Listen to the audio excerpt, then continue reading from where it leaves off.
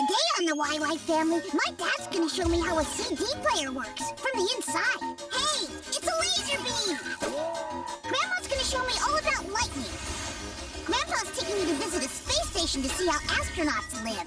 Yoo-hoo! Anybody home? Hey, it's the YY family. And Mom's gonna show me why birds sing. And with the help of Micro and Scopo, I'm gonna see how we see. I can't wait!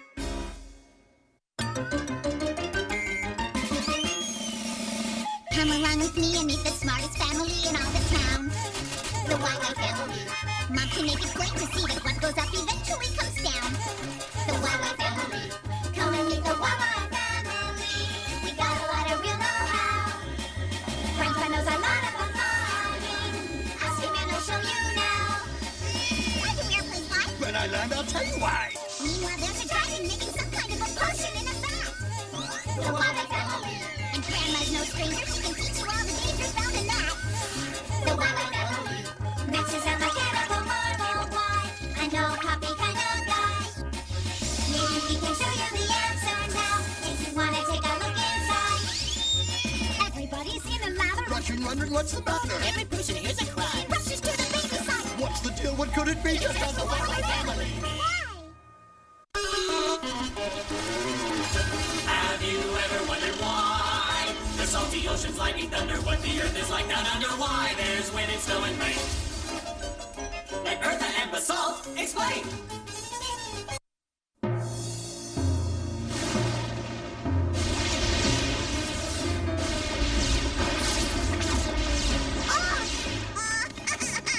There, Victor. Is that silly old lightning scaring you?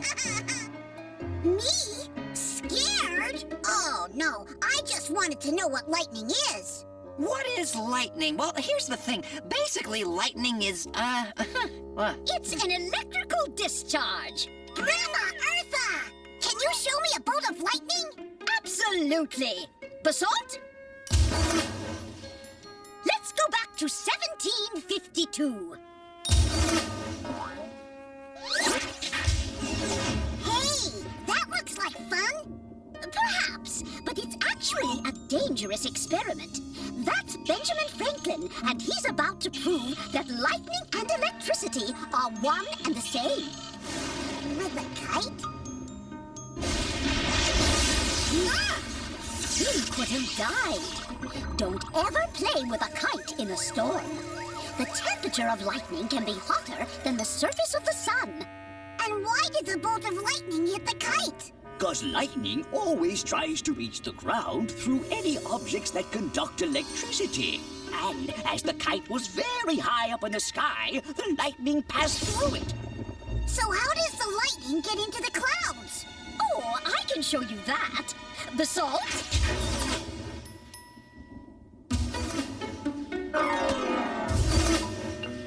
Voila! Your very own weather probe. Perfect. All systems are go.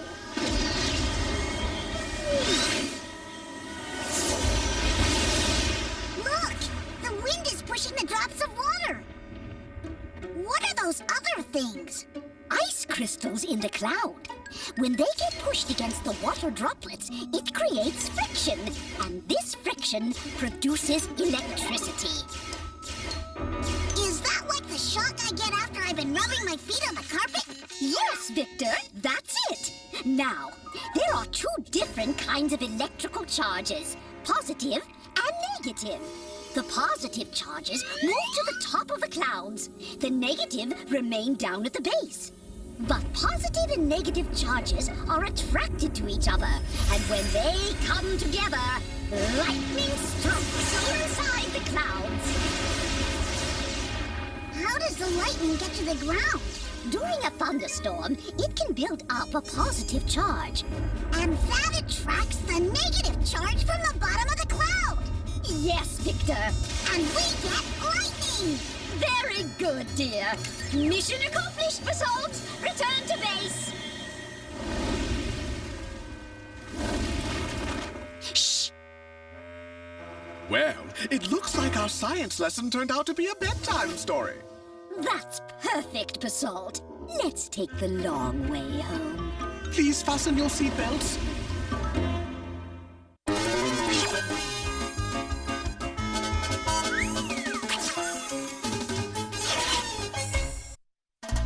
Hey, the questions that you have are not too serious. The animals and plants are not so mysterious, so have no fear. Everything will be made clear. Vanilla, Quick, and Quack are here.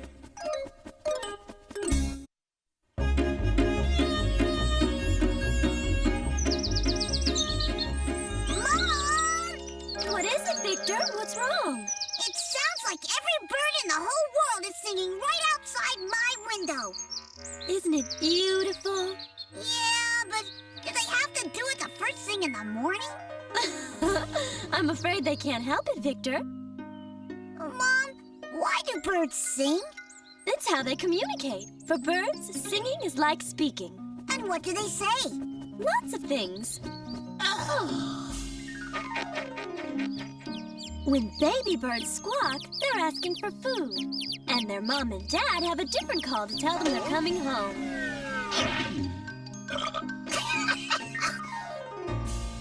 I suppose a cheeseburger is too much to ask.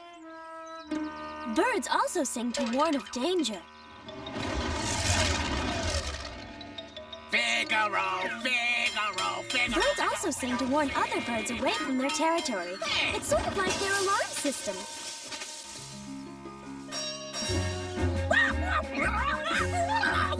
He's just told Quack this is my branch, Scram. Quack is handling the situation with his usual diplomatic skill. And who sings best, Mom? Boy birds or girl birds? Female birds rarely sing, Victor. Males sing mostly when they're courting a female. Dormy-woo, dormy. Oh, yeah, that's really impressive. Sunny lay Martina. Ding, dang, dong. Ding, dang, dong. Birds occasionally sing the whole day long. Whoa, now that's a gruesome thought. Singing is also a way for birds to recognize each other. And are all bird songs the same? No, each species has its own song. I'll show you.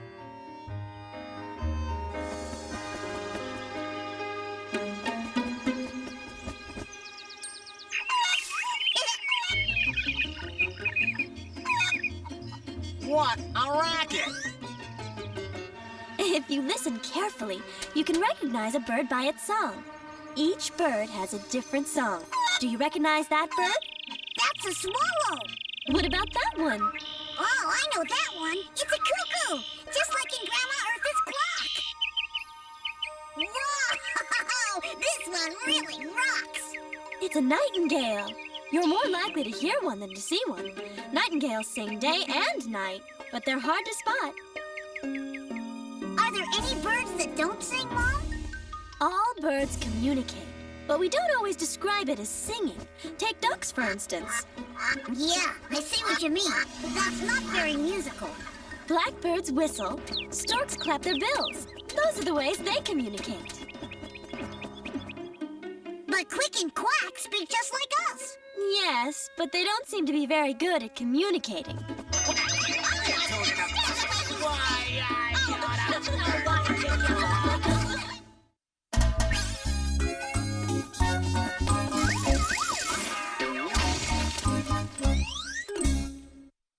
How does it do this? How does it do that? Max is the one with the electronic knack.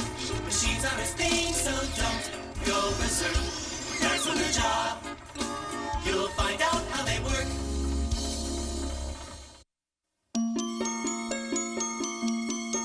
Check this out, Victor.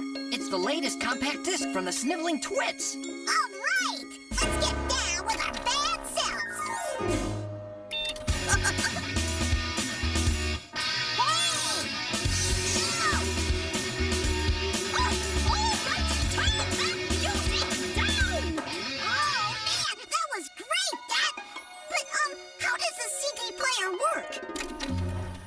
Well, the disc is sort of like a musical score. And the CD player is sort of like the musician who reads the music and then plays it. Dad, this is nice and shiny, but I don't see any music here. It's there, only it's too small for you to see it. He's right.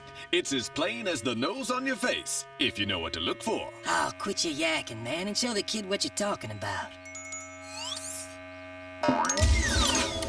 Where are we? On the compact disc. What are those? The music is on the other side of the disc, so we'll need these magnetic shoes.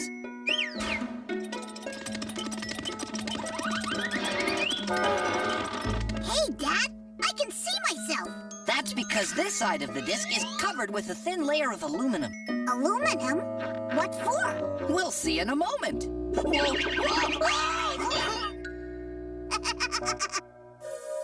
This disc is full of holes. They aren't holes, they're pits, and they help make the music. Music? You want music? No, not yet! Hey, it's a laser beam! Whoa, this is just like a merry-go-round! The disc spins to make the sequence of pits pass in front of the laser beam. Okay, hold it! Do you know how big this pit is? Well, I know it's very small. Thinner than a hair. That's why we can fit miles of them on a single disc and encode over an hour of music. So each pit is a sound? Not exactly. A sound is produced by a combination of pits and flat spaces. Sounds like some kind of code. Exactly. It's binary code. Oh, yeah, I remember. Binary code is made up of zeros and ones. Very good. The pits are zeros. The flat spaces are ones. Hit it, boys! That's perfect! Stop! When the laser sweeps over a pit, the light doesn't come out. So that's zero. Right! But when the beam hits a flat space, the aluminum layer reflects it. Like a mirror. Bingo! The reflected beams trigger electrical signals. Then the signals go out of the player into the amplifier, which translates them back into sounds. And then the sounds come out of the loudspeakers.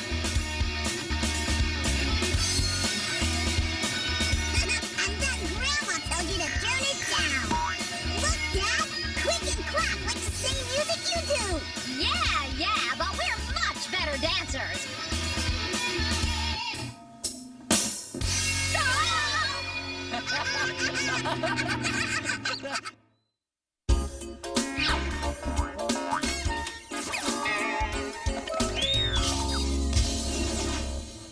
Who has all the answers about the sun and moon and stars? That would be Zygo and Magic.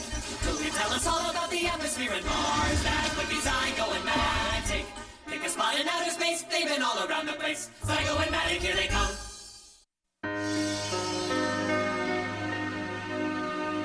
Go left. No. Right. What are you looking for? Miracetti, his favorite star. Why, that's odd. There's something in the way. It's the space station. What's a space station?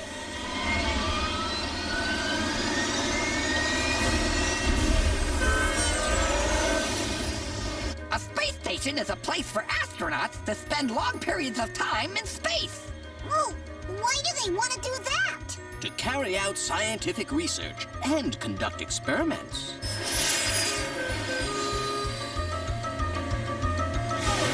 Here we are, ready to dock.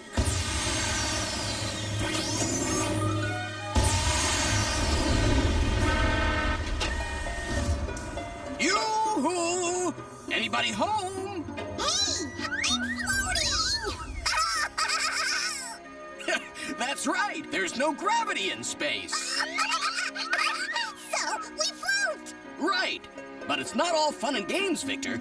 Everything in here has to be put safely away, or else fastened down, including the astronauts, if they don't want to float. They even have to strap themselves in to exercise. They spend 2 hours a day exercising. Phew! After that workout, I'm thirsty. Hey, look! Water! Good! I'm thirsty too! No, wait! Don't! Huh? Drops of water float in space too, so astronauts use closed cups and drink through straws. Anybody hungry? Our menu includes fish, carrots, and apple pie for dessert. All freeze-dried. Freeze-dried? Yep, all all the water has been removed from the food so that it doesn't take up a lot of storage space. When you're ready to eat, just add water. Zygo, how come this fork's not floating? Magnets hold it on the tray. The food is already in bite-sized pieces, so the space station doesn't wind up full of floating crumbs. When I said just add water, this isn't what I had in mind. I think you just lost your lunch. Apparently, our menu also includes split pea soup. Now, Zygo, you need a shower. A shower? We use suction to pull the water out of the shower. And then some nice warm air to dry me off. Where does the air come from? Space? There is no air in space. So the space station and all other manned spacecraft have to carry their own supply of oxygen. Looks like we're gonna have company!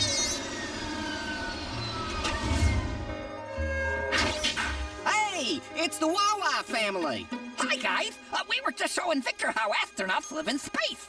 Perfect. This is our first mission here. Maybe Victor can show us where everything is. Sure can! Follow me! Do I smell split pea soup? It's my favorite.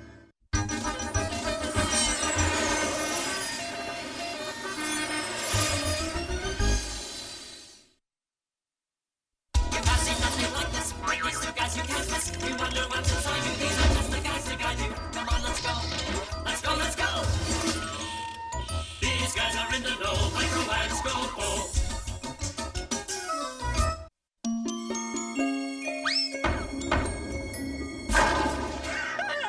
Yeah, those pins are crooked. Hey, can I try? Sure, come on.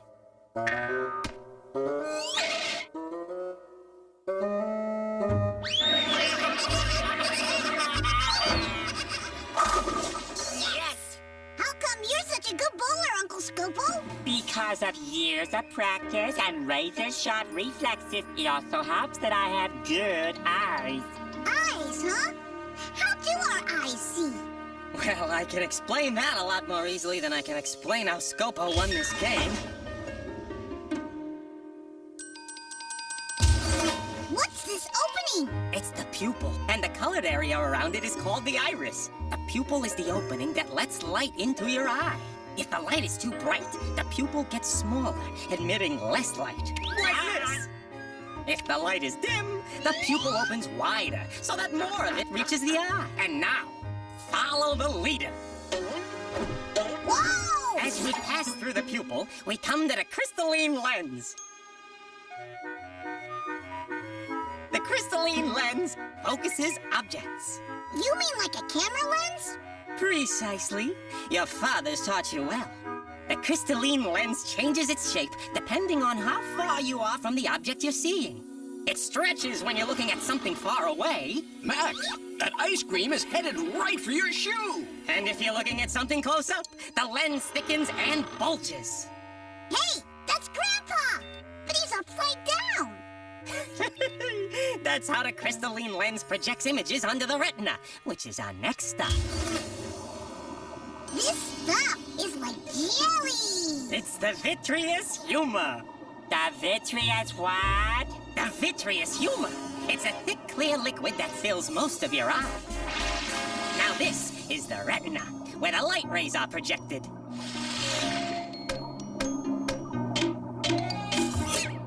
Hey, company! These are the eye's sensory cells. Hi, I'm Victor. I'm Cone. And hey, ka-chunk, I'm Rod. Uh-oh, pal, time to work. Yeah, poor thing. He can't see colors. But hey, I can see movement. Once the cells agree, they translate the image into electrical signals. Now, these signals are transmitted along the optic nerve to the brain. Micro, which way do we go now? This is where the optic nerves cross. Each eye sees a slightly different image. The two sets of signals have to come together for us to see things in 3 dimensions. Ah, there you are. Who's ready for a rematch?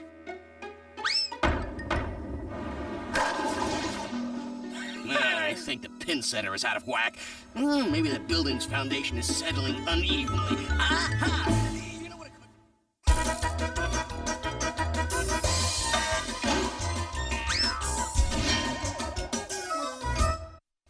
could... Well, Victor, what'd you learn today? Oh, tons of neat stuff. I learned that birds sing as a way of communicating with each other. I suppose a cheeseburger is too much to ask. You want music? I learned that a CD contains binary code in the form of pits and spaces that can be read by a laser beam and turned into music. Turn that music down! I learned that lightning is an electrical discharge that travels from the clouds to the ground. And I learned that astronauts living in space have to adjust to the fact that everything floats all over the place. I think you just lost your lunch. Sounds like a pretty big day. It was, but I still have plenty of questions left for next time.